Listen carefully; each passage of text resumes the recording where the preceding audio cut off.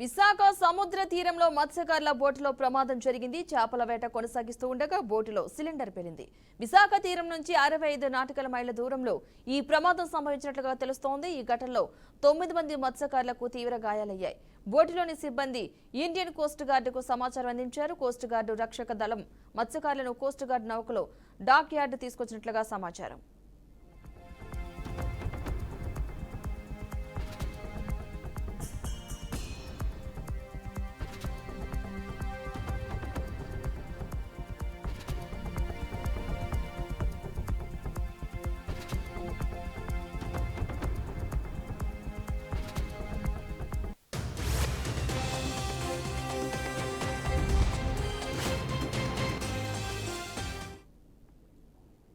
విశాఖ సముద్ర తీరంలో మత్స్యకారుల బోటులో ప్రమాదం జరిగింది. చేపల వేట కొనసాగిస్తూ ఉండగా బోటులో సిలిండర్ పేలింది.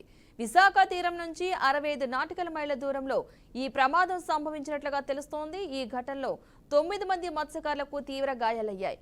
బోటులోని సిబ్బంది ఇండియన్ కోస్ట్ గార్డుకు సమాచారం అందించారు. కోస్ట్ గార్డు రక్షణ దళం మత్స్యకారులను కోస్ట్ గార్డు నౌకలో డాక్ యార్డ్ తీసుకొచ్చినట్లుగా సమాచారం.